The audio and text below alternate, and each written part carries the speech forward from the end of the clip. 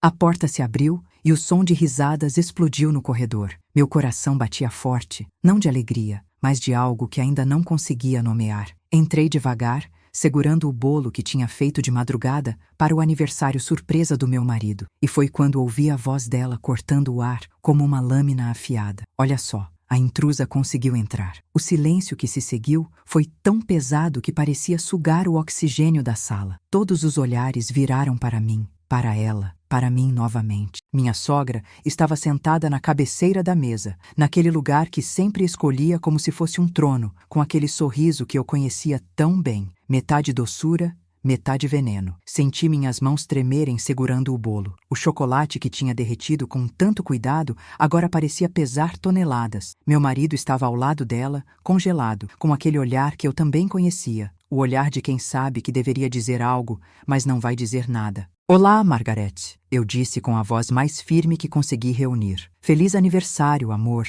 Olhei para ele tentando sorrir. Ela se levantou devagar, como uma rainha se levantando para inspecionar uma invasora em seu castelo. É engraçado você chegar assim, sem avisar, em uma festa tão íntima. Mas já que está aqui, pode colocar esse bolo na cozinha. A confeitaria que eu encomendei deve chegar a qualquer momento. Cada palavra era uma agulha. Eu sabia disso. Todos na sala sabiam disso. Mas ninguém dizia nada. Minha cunhada olhava para o próprio copo. O sogro fingia estar muito interessado no celular. E meu marido que jurou me proteger há 5 anos atrás, apenas desviou o olhar. Coloquei o bolo na mesa de centro com cuidado, sentindo meus dedos deixarem pequenas marcas na embalagem de papel alumínio. O apartamento cheirava a perfume caro, aquele que ela usava sempre, e a algo que eu não conseguia identificar. Talvez fosse raiva, talvez fosse medo, ou talvez fosse o cheiro da humilhação acumulada de 5 anos se transformando em outra coisa. Porque veja bem, naquele momento, com todos me olhando como se eu realmente fosse uma intrusa, uma penetra na minha própria casa, eu tive que morder a língua com tanta força que senti gosto de ferro na boca. Tive que me segurar para não sorrir, para não contar o segredo que guardava há 3 meses. Para não revelar que aquela mulher, sentada ali como uma rainha destronada fingindo reinar, não fazia ideia de que em menos de 1 hora sua vida ia virar de cabeça para baixo. Mas estou adiantando a história. E vocês precisam entender como cheguei até aquele momento, parada na porta da sala, sendo chamada de intrusa no apartamento que era meu, no apartamento que sempre foi meu. A festa continuou sem mim. É engraçado como as pessoas conseguem normalizar a crueldade quando ela vem embrulhada em sorrisos educados. Minha sogra foi até a cozinha. Eu a segui porque não sabia o que mais fazer. Ela abriu minha geladeira com a familiaridade de quem mora ali. Pegou uma garrafa de vinho branco e encheu uma taça sem me oferecer. Você sabe que eu não bebo durante o dia, ela disse sem me olhar. Então presumi que esse vinho era seu. Espero que não se importe que eu tenha aberto.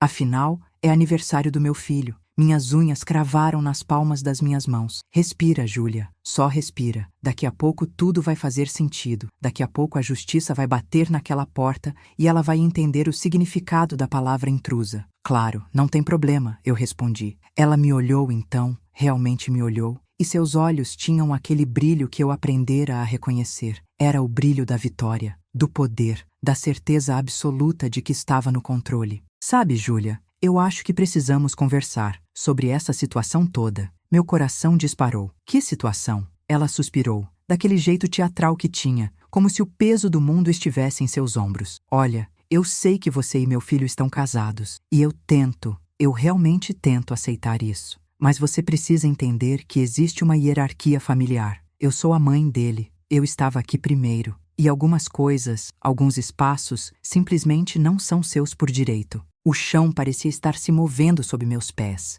Ela estava realmente dizendo isso? Na minha cara? No meu apartamento? Margaret, eu comecei, mas ela levantou a mão me interrompendo. Deixa eu terminar. Eu acho que seria melhor para todos se você entendesse seu lugar nessa família. Você é a esposa, sim, mas eu sou o sangue, eu sou a história. E esse apartamento, ela fez um gesto amplo. Tem sido minha casa nos últimos 8 meses. Eu me acostumei. Seu pai se acostumou. E, honestamente, sua presença aqui tem sido um pouco desconfortável. Mas antes de continuar, quero fazer uma invitação muito especial. Inscreva-se no canal e deixe seu like. Isso me ajuda a ver que você me apoia e gosta das minhas histórias. E comente aqui embaixo de qual cidade você está nos assistindo. Agora, vamos continuar. Olhei para ela sem piscar. Meu lugar? Minha presença desconfortável? No apartamento que eu comprei com meu próprio suor? Com minhas economias? Com as horas extras que trabalhei enquanto ela jantava em restaurantes caros às custas do filho? A raiva que senti naquele momento não era quente, era fria, era calculada. Era a raiva de quem finalmente entende que não está lutando contra uma pessoa difícil, mas contra uma manipuladora profissional. Entendo, foi tudo que eu disse. Ela sorriu. Aquele sorriso falso que mostrava os dentes, mas não chegava aos olhos. Fico feliz que estejamos na mesma página. Agora vamos voltar para a festa, sim? E por favor, tente não estragar o aniversário do meu filho com sua energia negativa. Energia negativa. Eu, que acordara às 5 da manhã para fazer o bolo favorito dele. Eu, que tinha passado a semana inteira planejando uma surpresa especial. Eu, que estava sendo chamada de intrusa no meu próprio lar. Voltamos para a sala e eu me sentei no canto do sofá, o mais longe possível de todos. Meu marido nem olhou na minha direção. Ele estava rindo de alguma piada que o tio tinha contado, completamente alheio ou completamente indiferente ao que tinha acabado de acontecer. Foi ali, naquele sofá que eu mesma tinha escolhido e pago, cercada por pessoas que me tratavam como uma estranha, que algo dentro de mim finalmente quebrou. Não quebrou fazendo barulho, quebrou no silêncio, como quando o gelo racha por dentro antes de se despedaçar. Olhei para o relógio na parede. 3h42 da tarde. Faltavam 18 minutos. 18 minutos para que o oficial de justiça tocasse aquela campainha. 18 minutos para que o despejo que eu tinha conseguido autorizar, depois de 3 meses de batalha jurídica, finalmente acontecesse. 18 minutos para que minha sogra descobrisse que não era a rainha que pensava ser, que nunca foi. Mas ela não sabia de nada disso. Ninguém sabia. Nem meu marido, que nos últimos meses tinha me chamado de louca sempre que eu sugeria que sua mãe estava ultrapassando o limite. Nem meu sogro, que fingia não ver quando ela me humilhava. Nem ninguém naquela sala que agora cantava parabéns para o homem que eu amava, mas que não tinha coragem de me defender. O bolo da confeitaria chegou. Era enorme, com 3 andares e cobertura de fondant. Devia ter custado uma fortuna. Margaret fez questão de cortar o primeiro pedaço e entregar para o filho com uma cerimônia digna de realeza. Ninguém tocou no meu bolo. Ele continuava ali na mesa de centro, pequeno e simples, como um lembrete da minha insignificância naquele espaço que deveria ser meu. 15 minutos agora. Meu coração batia tão forte que eu tinha certeza de que alguém ia ouvir. Mas ninguém me olhava. Eu era invisível, uma sombra, uma intrusa, sendo gentilmente tolerada. Peguei meu celular e reli a mensagem que tinha recebido mais cedo. Tudo confirmado para as 16 horas. O oficial estará aí pontualmente. 3 meses. 3 meses de reuniões com advogados. 3 meses descobrindo que o apartamento que meu marido tinha dito que compramos juntos era na verdade só meu. Comprado 2 anos antes do casamento com uma herança da minha avó. 3 meses descobrindo que ele tinha dado a chave para a mãe sem me perguntar. Que ela tinha se mudado para cá 8 meses atrás, temporariamente, e agora se recusava a sair. Temporariamente. Que palavra engraçada quando você descobre que a pessoa está trocando as fechaduras, mudando a decoração e se referindo ao lugar como minha casa, para as amigas dela. 10 minutos. A conversa na sala estava animada. Margaret contava alguma história sobre quando meu marido era criança. Todos riam. Ela adorava ser o centro das atenções. Adorava ser adorada. E até aquele momento, ela sempre tinha conseguido o que queria. Mas eu tinha aprendido algo importante nesses últimos 3 meses. Tinha aprendido que submissão não é paz, que silêncio não é harmonia, que aguentar não é força e que, às vezes, a única forma de recuperar seu espaço é usando as ferramentas que a lei te dá. 5 minutos. Levantei e fui até a cozinha pegar um copo de água. Minhas mãos não tremiam mais. Na verdade, eu me sentia estranhamente calma, como o olho do furacão, como o silêncio antes da tempestade. Minha cunhada entrou na cozinha atrás de mim. Júlia, ela disse baixinho, você está bem? Olhei para ela. Lívia sempre tinha sido a mais gentil da família, a única que às vezes me defendia, ainda que timidamente. Estou ótima, respondi. É que... Ela hesitou. Eu sei que minha mãe às vezes é difícil, mas ela não faz por mal, sabe?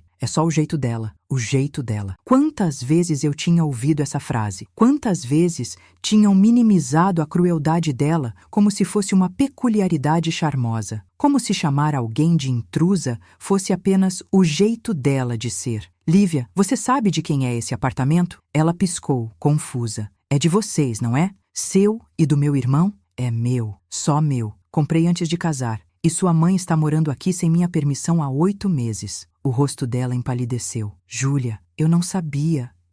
A campainha tocou. O som cortou a conversa na sala como uma faca. Todos pararam de falar. Olharam para a porta. Margarete franziu a testa. Quem seria a essa hora? Meu marido se levantou para atender, mas eu fui mais rápida. Coloquei meu copo na pia com cuidado, arrumei o cabelo, respirei fundo. E então, com passos firmes, atravessei a sala sob o olhar confuso de todos e abri a porta. Eram 2 homens de terno. Um segurava uma pasta, o outro um tablet. Boa tarde, disse o primeiro. Procuramos a senhora Margarete Santos? Todos na sala tinham se virado para a porta agora. Margarete se levantou devagar, sua expressão mudando de confusão para algo próximo à irritação. Sou eu. O que desejam? O homem olhou para mim, depois para ela. Senhora, sou o oficial de justiça Roberto Mendes. Estou aqui para cumprir uma ordem de despejo contra a senhora, referente a este imóvel localizado na Rua das Acácias, número 847, apartamento 502. O silêncio que se seguiu foi absoluto. Como se alguém tivesse pressionado um botão de pausa na realidade. Ninguém respirava, ninguém se movia. Margarete estava congelada, seu rosto perdendo a cor gradualmente,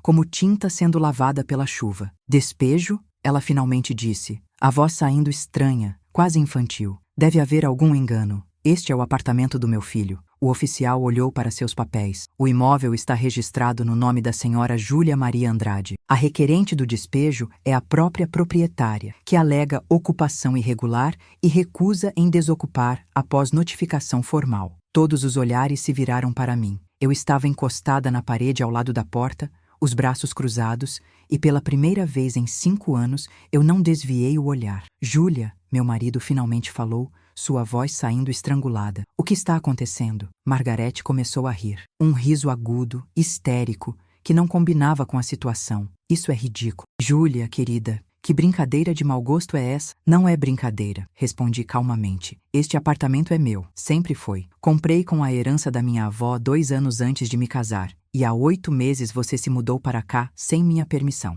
Eu pedi para você sair. Pedi 3 vezes. Você riu na minha cara. Então eu pedi para a justiça fazer você sair. Mas meu marido deu um passo à frente. Nós moramos aqui juntos. Você foi adicionado como morador por mim quando casamos. Não como proprietário. O apartamento sempre foi só meu. E você deu a chave para sua mãe, sem me perguntar. O rosto dele estava vermelho agora. Você está fazendo isso no meu aniversário? Você está despejando minha mãe no meu aniversário? Olhei para ele, para aquele homem que eu amei o suficiente para tolerar 5 anos de humilhação e senti algo se despedaçar dentro de mim. Mas era um despedaçar libertador, como quando você finalmente quebra um espelho que só te mostrava reflexos distorcidos. Marcos, eu disse devagar, faz 8 meses que tento conversar com você sobre isso. 8 meses que te mostro como sua mãe me trata. 8 meses te pedindo para colocar limites. Você sempre disse que eu estava exagerando, que ela não fazia por mal, que eu precisava ser mais compreensiva. Mas é minha mãe, ele disse, e havia algo quase suplicante em sua voz. E este é meu apartamento, e eu sou sua esposa, ou pelo menos era. As últimas palavras saíram antes que eu pudesse pensar muito sobre elas, mas assim que saíram, eu soube que eram verdadeiras. Margarete tinha dado um passo à frente, o dedo apontado para mim, o rosto contorcido em uma máscara de raiva. Você não pode fazer isso. Você não tem direito. Eu sou a mãe dele.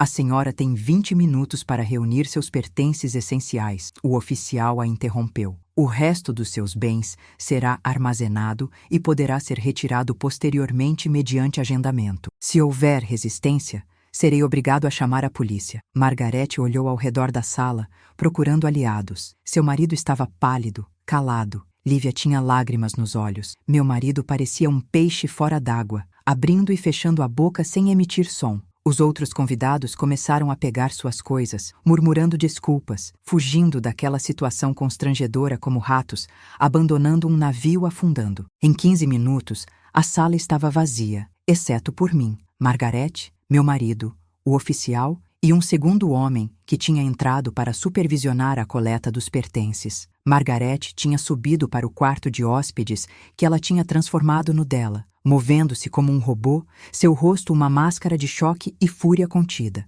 Meu marido se aproximou de mim. Júlia, nós precisamos conversar. Isso não está certo. Ela é minha mãe. Ela não tem para onde ir. Você não pode. Pus a mão no peito dele, me afastando. Não, Marcos. Não agora. Não depois de você ter ficado ali parado enquanto ela me chamou de intrusa. Enquanto ela me humilhou na frente de toda a sua família. Você teve 8 meses para fazer a coisa certa. Você escolheu ficar do lado dela, mas eu não sabia que você ia fazer isso. E eu não sabia que meu marido ia permitir que sua mãe me tratasse como lixo na minha própria casa. Parece que ambos temos surpresas hoje. Ele recuou como se eu tivesse batido nele. Seus olhos estavam vermelhos. Você está destruindo minha família. Não, eu respondi calmamente. Estou recuperando minha dignidade. Há uma diferença. Margarete desceu 20 minutos depois com 2 malas. Seu rosto estava manchado de lágrimas, a maquiagem borrada. Ela não me olhou. Passou por mim como se eu fosse ar, mas na porta, ela parou, virou-se. E seus olhos encontraram os meus pela última vez. Você vai se arrepender disso, ela disse, a voz baixa e venenosa. Você acabou de perder uma família. Não, eu respondi. Eu me libertei de uma prisão. Ela saiu. O oficial a seguiu. E então foi só eu e meu marido, parados no meio da sala, com os restos de uma festa de aniversário espalhados ao nosso redor. O bolo de 3 andares pela metade, meu bolo intocado, copos de vinho vazios, silêncio. Você realmente fez isso, ele disse. E não era uma pergunta. Eu fiz. Ele pegou as chaves do carro, olhou para mim uma última vez. Eu vou ficar no apartamento dela por uns dias. A gente precisa de um tempo. Tudo bem, eu disse. E ele saiu também. A porta fechou com um clique suave, e pela primeira vez em 8 meses, eu estava sozinha no meu próprio apartamento, no meu espaço, no meu lar. Não chorei. Eu esperava chorar, mas não chorei. Em vez disso, andei pela sala, apagando velas, recolhendo copos. Guardei meu bolo na geladeira. Ia comê-lo depois, sozinha, e ia estar delicioso. Depois me sentei no sofá, no mesmo lugar onde horas atrás eu tinha me sentido invisível, e respirei. O ar tinha um gosto diferente, mais limpo, mais leve, como depois de uma tempestade quando tudo está lavado e novo. Meu celular tocou. Era Lívia. Júlia, eu não sabia de nada disso. Desculpa por nunca ter te defendido direito. Você fez o que tinha que fazer. Mãe estava errada, completamente errada. Te ligo amanhã? Respondi um simples obrigada e guardei o celular. Lá fora, o sol começava a se pôr, pintando o céu de laranja e rosa. Eu tinha esquecido como a vista daquela janela era bonita. Tinha passado tanto tempo olhando para o chão, evitando conflitos, me fazendo pequena, que tinha esquecido de olhar para cima. Mas agora eu lembrava, e ia continuar lembrando. Vocês devem estar se perguntando como chegamos até ali. Como uma festa de aniversário terminou com um despejo. Como uma nora submissa se transformou em alguém capaz de expulsar a sogra da própria casa. Então deixa eu voltar um pouco. Deixa eu contar como tudo começou. Conheci Marcos há 7 anos. Eu tinha acabado de comprar meu apartamento com a herança que minha avó tinha me deixado. Era meu sonho, meu cantinho, meu espaço no mundo depois de anos morando com roommates em lugares apertados e barulhentos. Trabalhei duro para conseguir mobiliar cada cômodo. Cada objeto tinha uma história, uma economia, um sacrifício. Marcos era diferente de todos os homens que eu tinha conhecido. Gentil, atencioso, engraçado. Nos primeiros meses, ele me fazia rir até doer a barriga. Me levava para jantar em lugares simples, mas charmosos. Ouvia quando eu falava sobre meu trabalho, meus sonhos, minhas inseguranças. Quando ele me pediu em casamento 2 anos depois, eu não hesitei. Disse sim com lágrimas nos olhos, com o coração transbordando de amor e esperança. Ele se mudou para o meu apartamento e tudo parecia perfeito. Nós dois criando nossa vida, nossos rituais, nossas memórias entre aquelas paredes que eu tanto amava. O primeiro encontro com Margarete aconteceu 3 meses antes do casamento. Marcos tinha me falado tanto dela. A mãe maravilhosa, a mulher forte que criou ele, e a irmã praticamente sozinha depois que o pai se tornou mais ausente emocionalmente. Eu estava nervosa, queria causar boa impressão. Ela chegou ao restaurante 20 minutos atrasada. Não pediu desculpas. Sentou-se, olhou para mim de cima a baixo e a primeira coisa que disse foi: "Então, você é a Júlia. Marcos falou tanto de você que criei uma expectativa. Mas você é bem comum, não é?" Eu ri. Pensei que era uma piada. Marcos riu também. Então tinha que ser piada, certo? Mas o sorriso dela não chegava aos olhos. E havia algo no tom, algo que fazia meu estômago se apertar. O jantar foi desconfortável. Ela fazia perguntas que pareciam inocentes, mas tinham pontas afiadas. "Onde você trabalha mesmo?" "Ah, RH. Interessante. Sempre pensei que era uma área para pessoas que não sabem muito bem o que fazer da vida. Seu apartamento é alugado? Ah, comprado? Sozinha? Que sorte sua avó ter morrido e deixado essa herança, né? Algumas pessoas simplesmente nascem com sorte. Marcos não percebia, ou fingia não perceber. Cada vez que eu tentava te contar depois, ele dizia que eu estava sendo sensível demais, que ela era assim mesmo, direta, sem filtro, que não era maldade, era honestidade. Honestidade. Que palavra interessante para descrever crueldade. O casamento foi bonito, simples como queríamos, mas Margarete conseguiu encontrar problemas em cada detalhe. As flores não eram as certas, meu vestido era bonito para meu tipo de corpo. A comida estava boa, considerando o orçamento limitado. E na hora das fotos, ela fez questão de ficar sempre entre mim e Marcos, empurrando-me gentilmente para o lado, dizendo com um sorriso: "Deixa eu ficar aqui no meio, afinal, sou a mãe do noivo." Mas eram detalhes, eu me dizia. Pequenas coisas. Eu estava sendo sensível demais, dramática demais, exigente demais. Afinal, ela era a mãe dele. Eu precisava fazer um esforço. Os primeiros anos de casamento foram bons. Margarete morava do outro lado da cidade, então as visitas eram espaçadas. Jantares de domingo, aniversários, datas especiais. Eu aguentava. Fazia meu papel de nora. Sorria, concordava, mordia a língua quando ela criticava minha comida,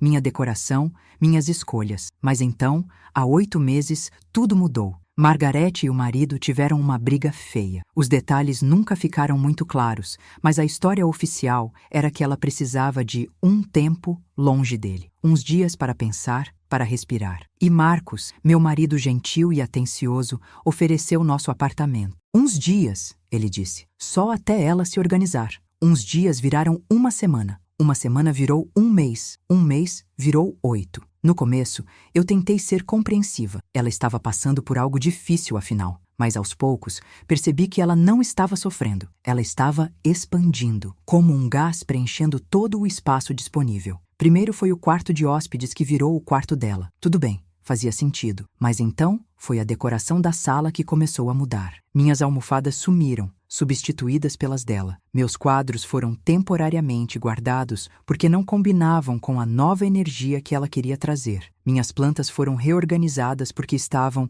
em lugares com energia ruim. Depois foi a cozinha. Ela reorganizou tudo. Panelas, temperos, louças, tudo no lugar certo. Quando reclamei, ela disse que estava apenas ajudando, que eu era muito desorganizada, que ela tinha mais experiência de vida e sabia como as coisas deveriam ser. Marcos nunca me defendeu. Mãe está ajudando, ele dizia. Você deveria agradecer em vez de reclamar. As críticas se tornaram diárias. Minha roupa de trabalho estava velha demais. Meu cabelo precisava de um corte melhor. Minha pele estava sem cuidado. Minha comida tinha muito sal, ou pouco sal, ou tempero demais, ou tempero de menos. Minha forma de dobrar roupa era errada. Minha forma de lavar louça era errada. Minha forma de existir era errada. E o pior era o jeito que ela falava com as amigas dela quando vinha visitar. Eu ouvia da cozinha, escondida, enquanto elas tomavam café na minha sala, no meu sofá, usando minhas xícaras. A Júlia é uma menina boa, mas é tão sem graça, né?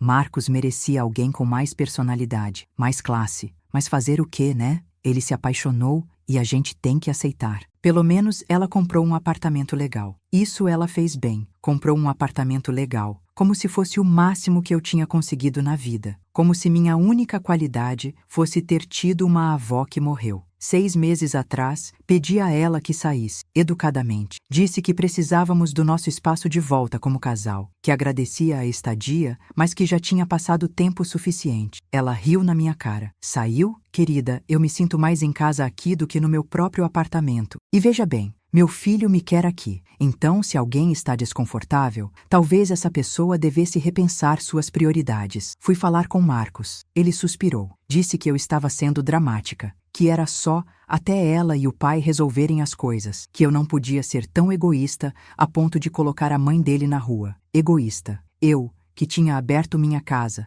minha vida, minha privacidade. Eu era a egoísta. Pedi novamente 1 mês depois, mais firme dessa vez. Ela mudou a fechadura do quarto de hóspedes. Disse que precisava de privacidade, que eu era muito intrometida, que ela estava cansada de se sentir vigiada na própria casa. Na própria casa. As palavras arderam como ácido. A terceira vez foi há 3 meses. Cheguei em casa e ela estava trocando a decoração da sala. Tinha contratado alguém sem me perguntar. Estava refazendo meu espaço como se eu não existisse. Margarete, eu disse com a voz tremendo, você precisa sair, agora. Isso passou de todos os limites. Ela me olhou como se eu fosse uma criança birracenta. Querida, você está sendo histérica. Vou chamar meu filho para conversar com você. Claramente você está estressada demais com o trabalho e está descontando em mim. Foi ali que algo quebrou. Não quebrou fazendo barulho, quebrou no silêncio. Naquele momento, olhando para aquela mulher reformando minha sala sem minha permissão, tratando-me como uma intrusa no meu próprio espaço, eu entendi.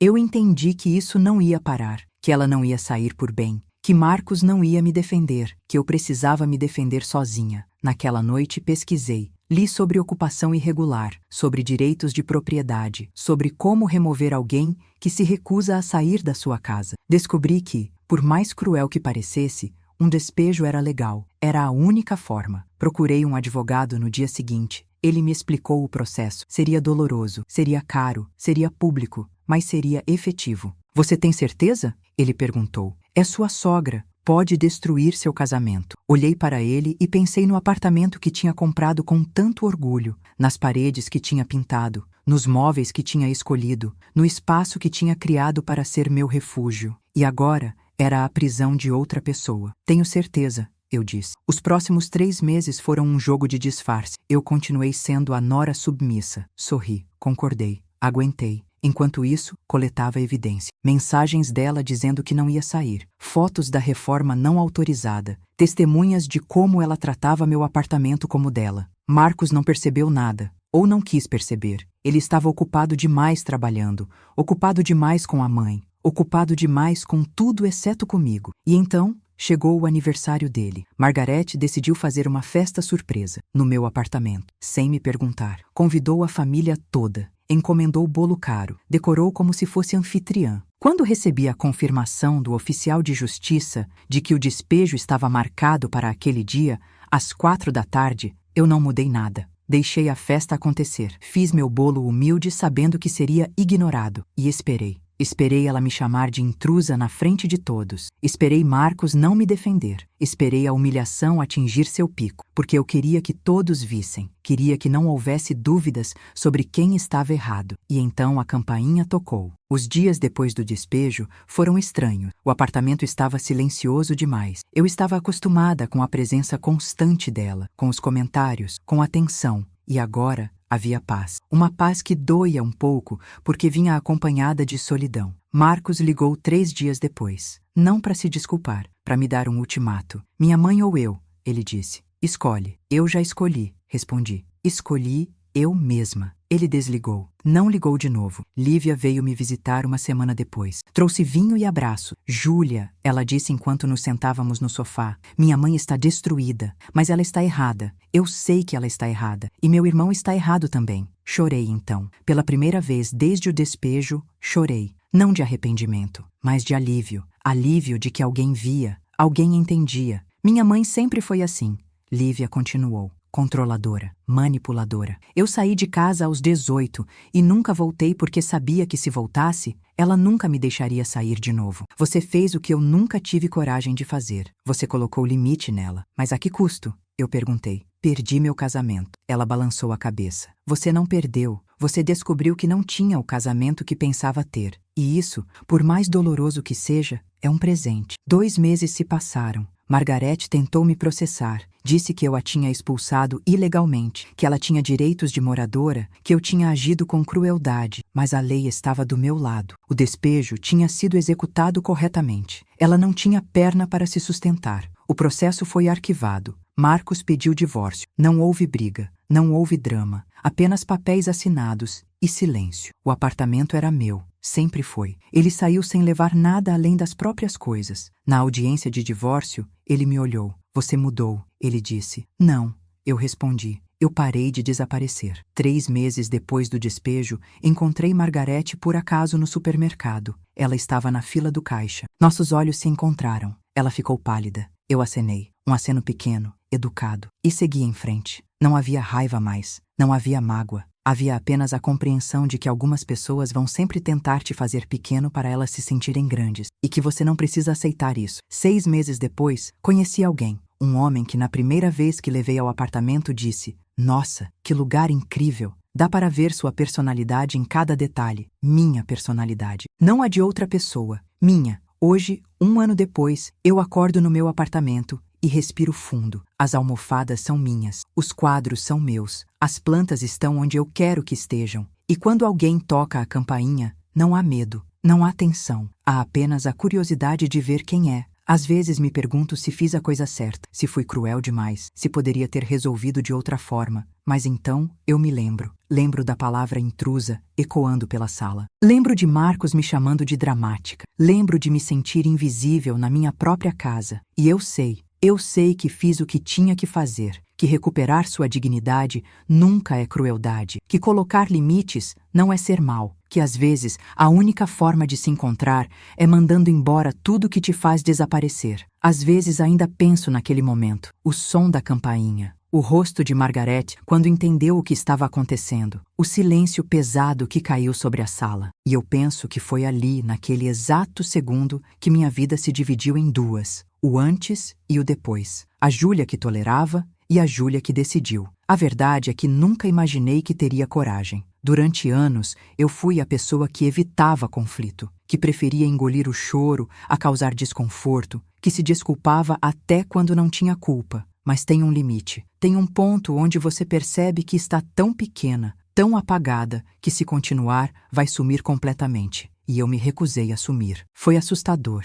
Não vou mentir. Teve noites que acordei suando frio, me perguntando se estava fazendo a coisa certa, se não estava sendo vingativa, se não estava exagerando. Mas então, eu lembrava. Lembrava de como meu coração apertava cada vez que chegava em casa, de como eu respirava fundo antes de abrir a porta, me preparando para mais uma crítica, mais uma humilhação velada. De como eu tinha perdido a vontade de convidar amigos porque tinha vergonha da situação. E eu sabia que não estava exagerando, estava sobrevivendo. Então me diz, você que está me ouvindo agora, você já se sentiu assim? Já se sentiu como uma intrusa na própria vida? Já abaixou a cabeça tantas vezes que esqueceu como é olhar para frente? Eu entendo, eu passei por isso. E quero que você saiba que não é fraqueza querer paz, não é egoísmo proteger seu espaço, não é maldade se defender. Aprendi que existe uma diferença enorme entre manter a paz e manter a submissão. Paz é quando todos se respeitam. Submissão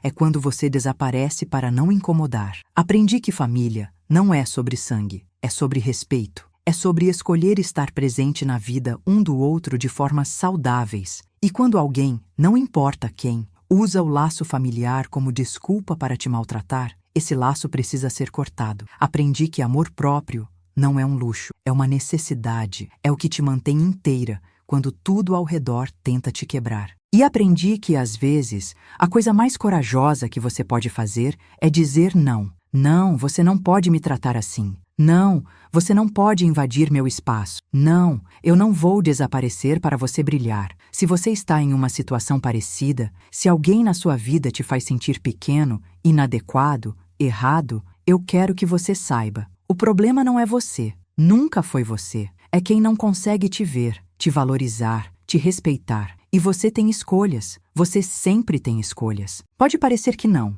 pode parecer que está preso, mas você não está. Você pode buscar ajuda, pode buscar a lei, pode buscar força em lugares que nem imagina que tem. Não vai ser fácil, não vai ser rápido, vai doer, vai custar. Mas do outro lado dessa dor, existe uma versão de você que respira fundo sem medo, que olha no espelho e se reconhece, que abre a porta da própria casa e sente que pertence. E vale a pena. Juro que vale a pena. Aprendi também que existe um poder imenso no silêncio, no planejamento calmo, na ação decidida, mas sem drama. Margarete esperava gritos, esperava briga, esperava que eu me descontrolasse para poder me pintar como a louca, a histérica, a ingrata. Mas eu não dei isso a ela. Fui educada até o fim. Usei a lei. Usei meus direitos e não precisei levantar a voz uma única vez. Isso, descobri, é verdadeiro poder. Não é violência, não é vingança. É simplesmente recusar-se a continuar sendo pisoteada. É levantar com calma e dizer, chega. Antes de me despedir, quero pedir algo muito especial. Inscreva-se no canal e deixe seu like se esta história tocou seu coração. Isso me ajuda a saber que não falo sozinha e que estas histórias chegam a quem precisa delas. Conte nos comentários de qual cidade você está assistindo este vídeo. Diga o que achou desta história e o que você teria feito no meu lugar. Adoro ler cada comentário. Cada história compartilhada aqui nos lembra que não estamos sós, que nossas vivências importam e que sempre há uma forma de recomeçar. Hoje, quando olho pela janela do meu apartamento, vejo possibilidades, vejo o céu se abrindo, vejo que a vida continua e que às vezes, para começar de novo, você precisa primeiro terminar o que te prendia. A campainha pode tocar a qualquer momento, mas agora, quando toca, é sempre alguém que eu escolhi deixar entrar. E essa é a maior liberdade de todas. Até a próxima história.